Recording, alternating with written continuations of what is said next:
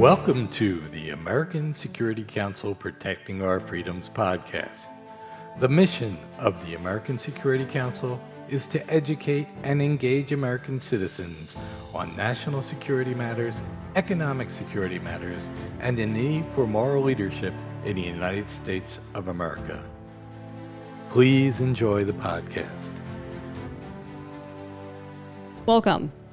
I'm your host, Joy Votrobek, here at the American Security Council Foundation. And with me today, back again, is Alan Dowd, our senior fellow here at the American Security Council Foundation. We are going to be discussing Alan's article from January on building up or tearing down.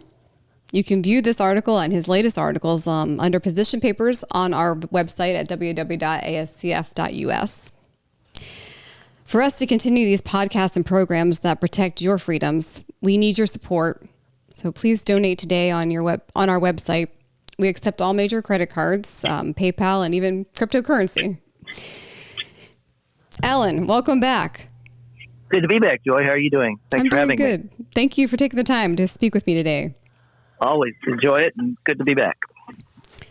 Good to hear your voice. And this article you wrote in January, it's very timely. Because this year we're focusing on protecting our freedoms with all that's been going on. One of those specifically is our First Amendment rights.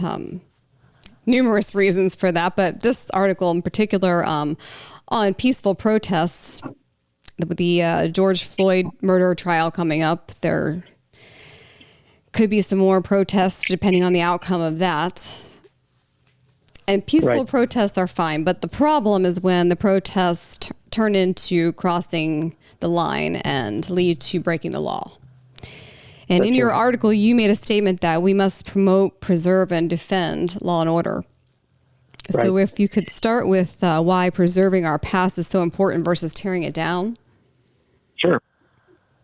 Well, that's right. And it's, something that American Security Council Foundation has been for since its founding, this kind of a broad notion that the American founding and understanding the American founding, understanding the roots of the United States, all that is key to us building a more perfect union.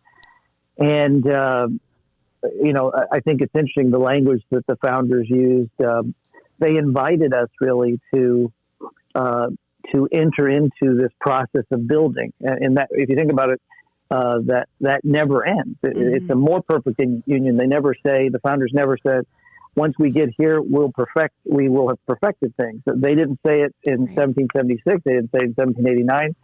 And we're still not a perfect union, and we never will be, because we're a country full of imperfect men and women. But too many Americans don't recognize that. I don't think it's really a nuanced thing, but I guess it's nuanced enough that too many Americans just don't recognize it. So they basically look back on our past, see our imperfections, look at our present, see our imperfections, and say, some of them go to the extreme, as you've researched and written, Joy, of just saying it's all so broken or poisoned that we need to start over. Or some of them say we need to burn it down or tear it down. And that's where we get into, use the term shrewdly, wisely, the right to peacefully assemble. That's in the First Amendment. It doesn't say we have a right to break things and burn things. Right. It doesn't say we have a right to assemble anywhere we want. It doesn't say it says we have a right to peaceably assemble. That shall not be infringed by the government. And too many Americans have, on the left and the right, we've seen now in the last 12 months, have not done that. They've lawlessly protested, and they've allowed peaceful protests to become lawless protests. And so you're correct. That article I wrote, which is at the website, basically I say we got to start with respecting law and order. We all have to come together and say, here's one thing we all need to agree on. People on the left, people on the right, people in the center, that protests are good, protests are necessary, challenging the status quo when it's wrong is necessary, but you only can do that peacefully. And once you cross the line and you've broken the law and you've broken the peace, then it's no longer a peaceful protest. You know, one thing, Joy, you and I heard, and we've talked about a lot since June, June is when the George Floyd protests began, is that these were mostly peaceful protests. That's a term we heard. And this is a silly term. So much of our language has been destroyed by silly terms, and this is a silly term. A protest is either peaceful or it's not. It's very much like being pregnant.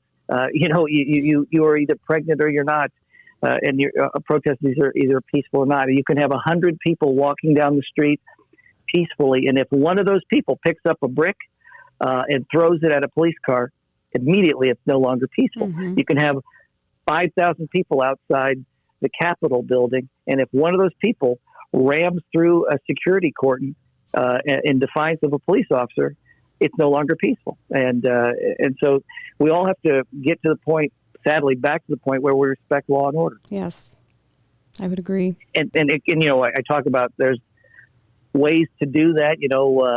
There's one pathway to that is, I think there's kind of some basic things we need to do, and that we can raise awareness. We can have education programs.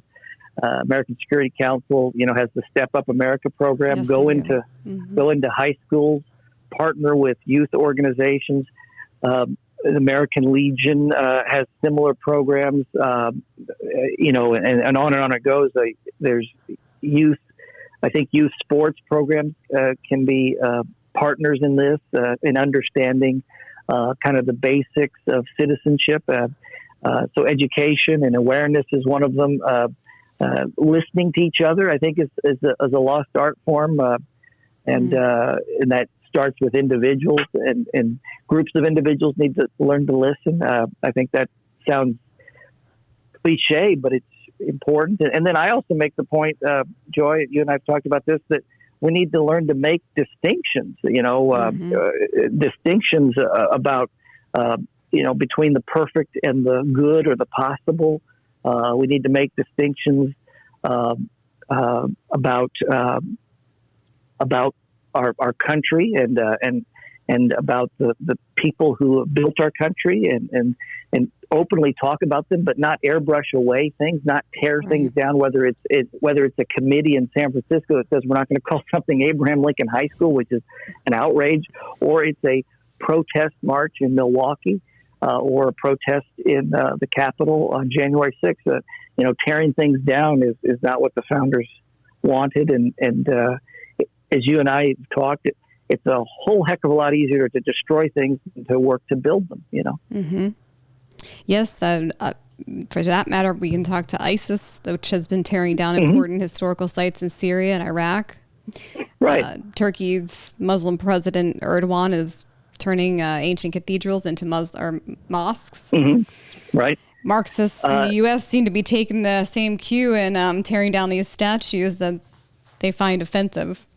Right, and that's why, and it's a great point you make, and people gasp or their eyes open up wide when I give speeches on this or whatever, when I say basically these mobs on the left or on the right basically are trying to subscribe to such an unattainable perfectness or purity that it's really akin to the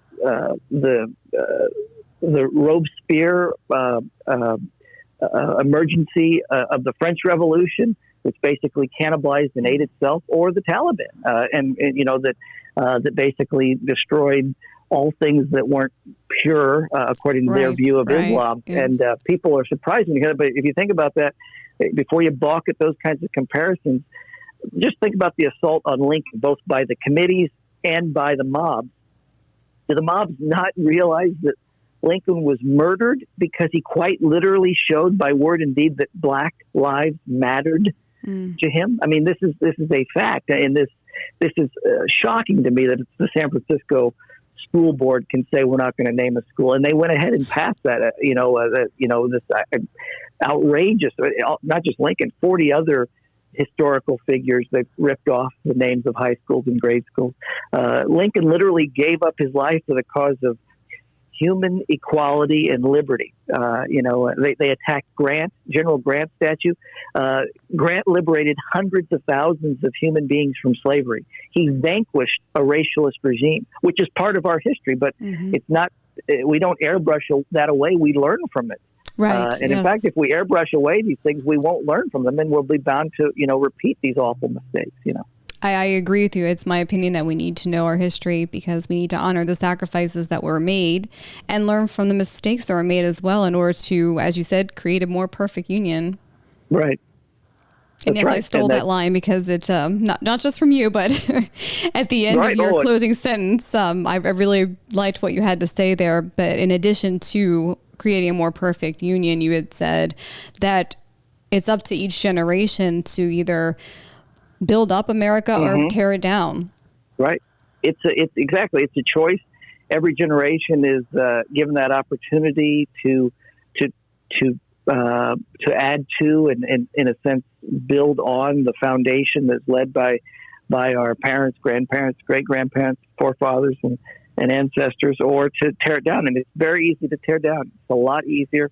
Anybody who's raised a child or remembers being a kid, you spend 20, 30 minutes building Legos or building a sandcastle, and it's tedious and it takes time, but then you have something beautiful or nice or fun to deal with after you're finished with the work. But it takes seconds to tear it down. And of course, it's much more important when we're talking about the foundations of our country and civil society, which is really what's being attacked. Again, both by mobs and by committees, people in boardrooms as well as people on streets. It's a two-pronged assault. And I had thought through this, and a question for you, I guess, would be: would you say that losing our cultural history makes us much more susceptible to new indoctrination? Mm-hmm. Yes, and we touched on it a moment ago. The reason is if there's a proverb that says there's nothing new under the sun, but and that's a powerful statement. A lot of us think each generation, I think, has an arrogance about it. Many generations do, and either the realities of the world or the challenges that each generation faces teaches it that that arrogance is not deserved. But the one of the underscored points of that proverb is that if you learn from history, if you learn from the things that have already happened in the past, if you listen to that you'll be able to maybe avoid some of those mistakes or deal with those mistakes when they come up, and do make and build something better, build a more perfect union in the case of the United States. It's the same, Joy, if you think about it, for individuals, for businesses, for organizations, for nations, it's all the same. We don't improve things by airbrushing away unpleasant parts of the past. That's just not the case. And we certainly don't improve things by considering only an incomplete or partial picture of the past. And like some of these, as you mentioned a minute ago, these Taliban type perfectionists or Robespierre type perfectionists or purists expect you're not going to improve things if you don't learn from, think about the past, and you can't learn from the past if it's been airbrushed away or torn down, or not taught, or taught in an incomplete manner.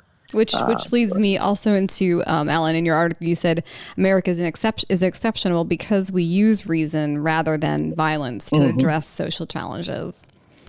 That's right. And when we're at our best, we use reason. The founders were men of reason.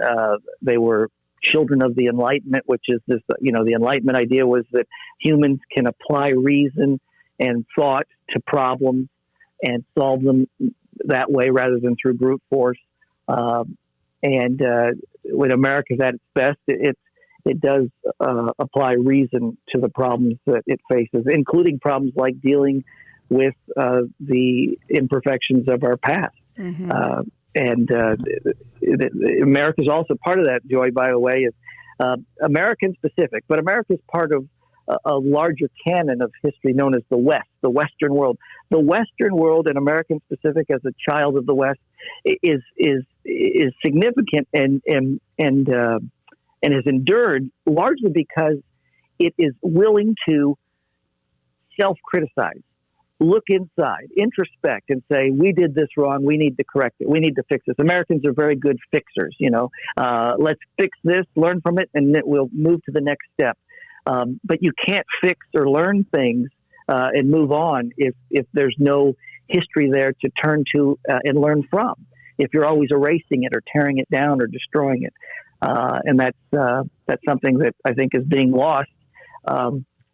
And there may be a lot of reasons for that. I think the education system is not as effective as it once was. I think I'm 49. My grandfather's generation, I would submit, had a better 12-year education than I probably did in 16 years. I think it's probably worse now for the next generation, just the basic education. And the part of that would be learning about American history and American exceptionalism has just been washed away. And I think that's we actually were discussing that on a previous podcast with an educator. Karen Hilt had been on a school board for quite some time, and we were discussing the education and how things have changed, but how possibly things can change for the better now that COVID has kind of forced us into some other situations like homeschooling, where parents have a little more control over what's being taught as far as our history. That's true, and that's one. That's in one sense that's maybe the best of humanity. In another sense, it's the best of America. Humans in general, and I think Americans are really adaptive. And so we took a bad situation, and a lot of parents have said, we learned we don't need to be intimidated by or afraid of homeschooling. And a lot of kids are not going to go back to the classroom. And so some subset of the American populace is going to be taught in a situation that maybe will include some of the nation's founding and some of the exceptionalness or exceptionality of the United States. And I think that's important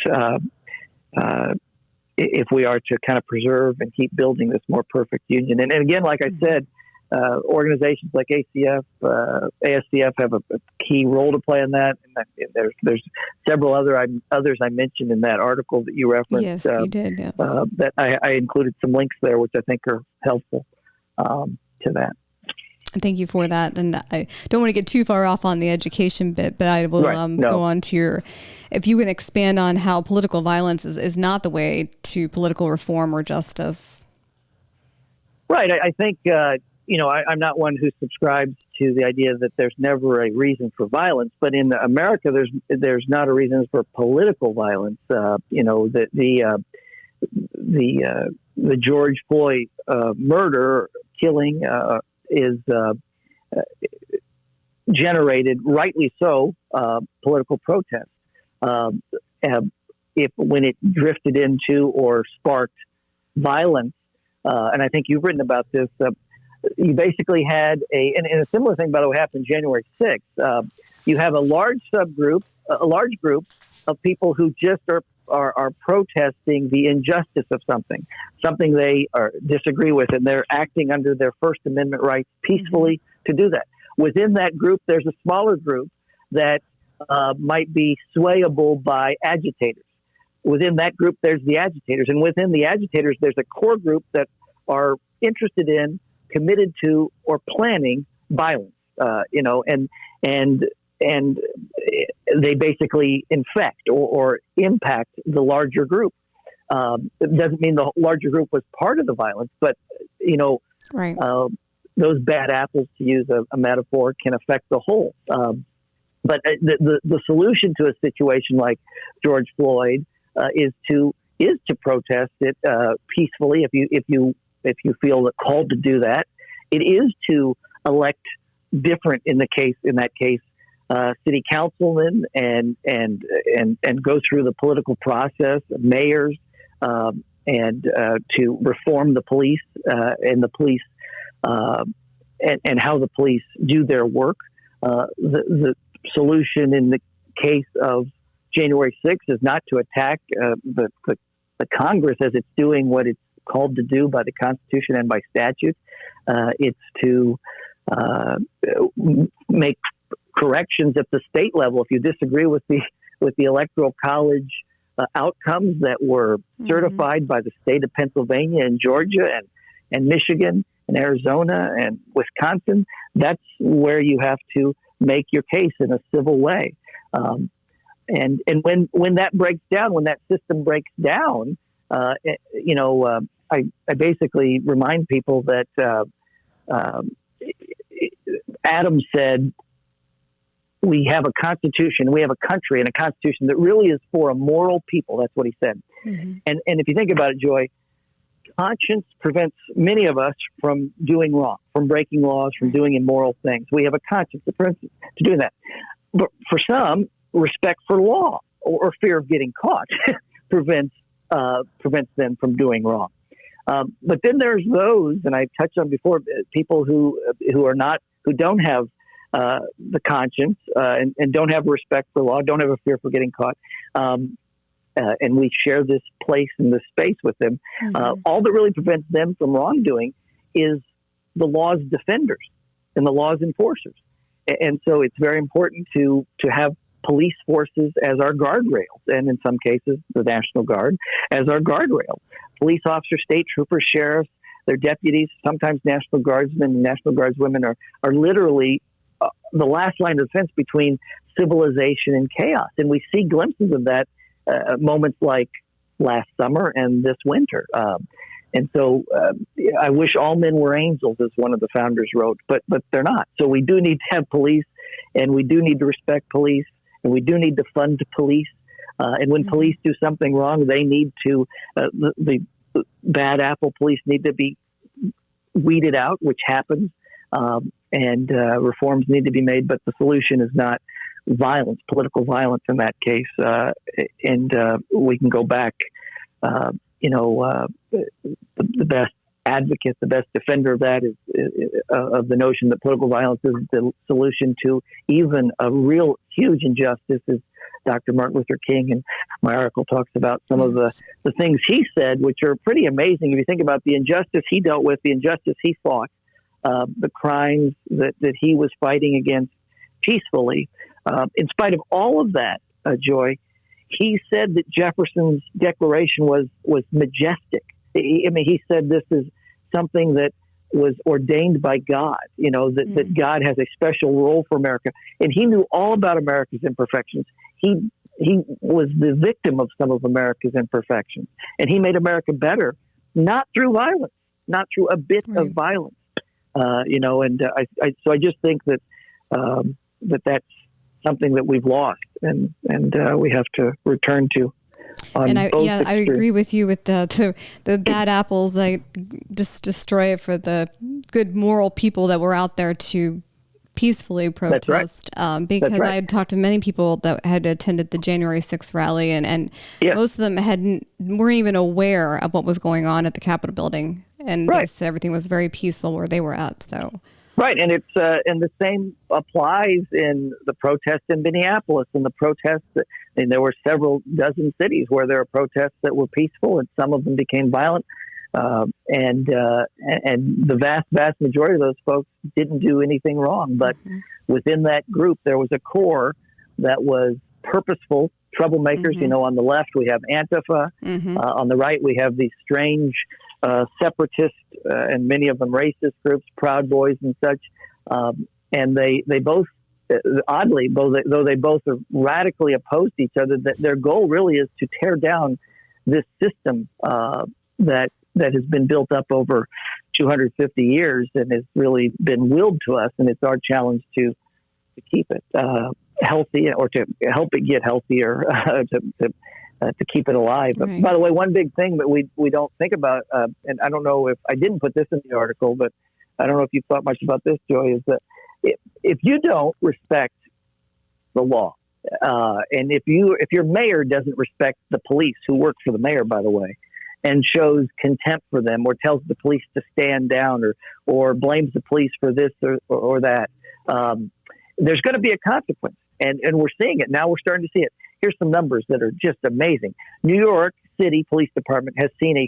411% increase in retirements in 2020, since the summer of 2020, over the previous year. 372 New York police officers flat out resigned. They didn't retire. They weren't old enough to retire. They just quit. Wow. After what happened in June, because their mayor basically said, I'm going to order you not to do what you're there to do, which is protect law and order, defend law and order. And I was going to speak to that too, because I actually saved my favorite quote from your article for last, when you said there can be no cities, no society or civilization without a foundation of law and order. And I completely agree. And sadly, we've seen a lack of that law and order, like you said, in New York and across cities in the U.S. Well, yeah, it's not just New York. I mean, Milwaukee has seen a huge jump in retirement. Norman, Oklahoma, right in the middle of the country. You know, you'd say basically the law and order belt. You would think they had 8% of their police department resigned last year. So there's a consequence. Obviously, there's a consequence to police bad apples. There's also a consequence to not respecting law and order, and there's a consequence to lawmakers, mayors, chief executives who don't let the police do what they're there to do for us. Yes, that's what I was going to speak to that as well. As some of our elected officials are allowing the rioting, burning, and looting to continue, and in my opinion, that's just a total disregard for our law and order. Right. Not to mention the cost to business owners who are the victims, really, of this lawless rioting and burning and looting.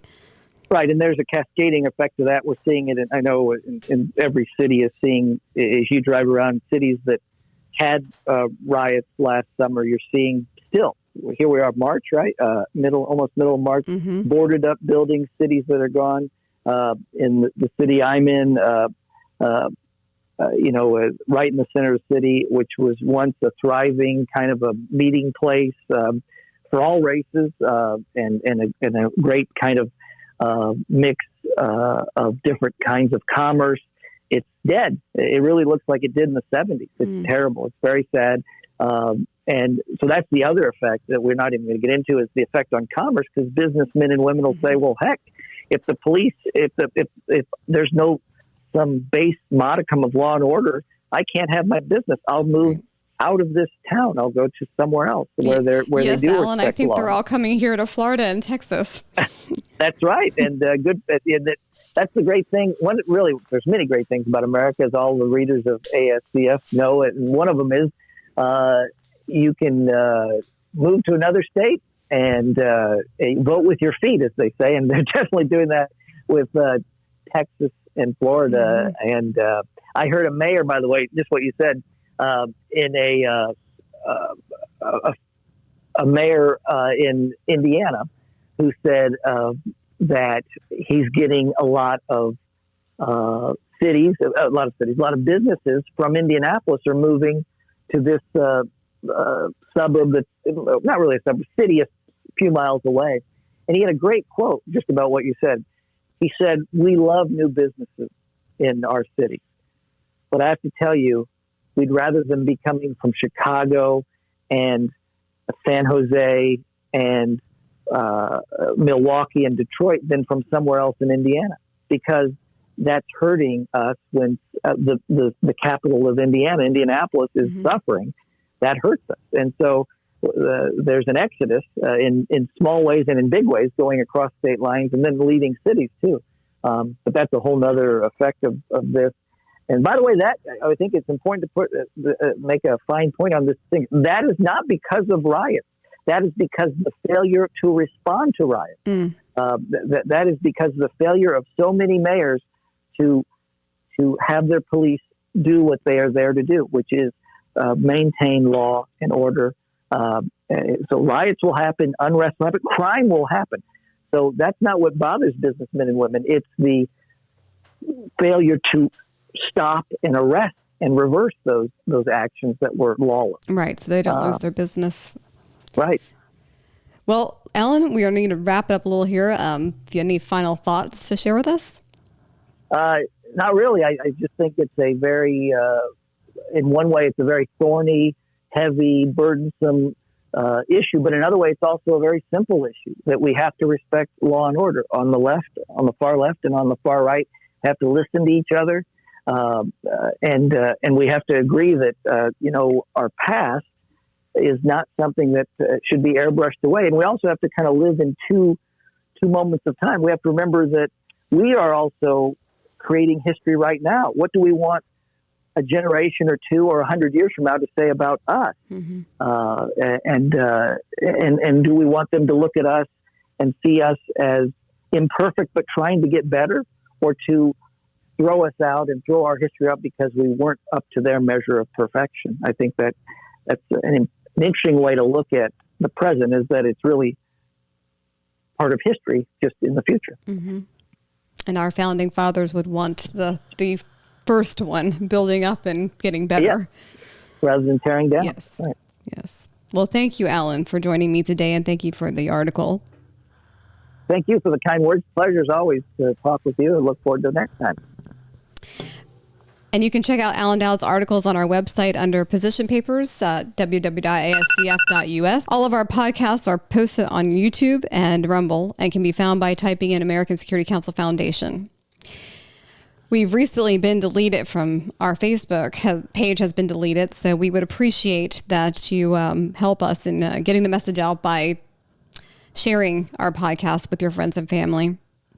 Again, for us to continue these podcasts and programs that protect your freedoms, we need your support. So please donate today. Thank you again for joining us on Protecting Our Freedoms. Until next time, please stay safe.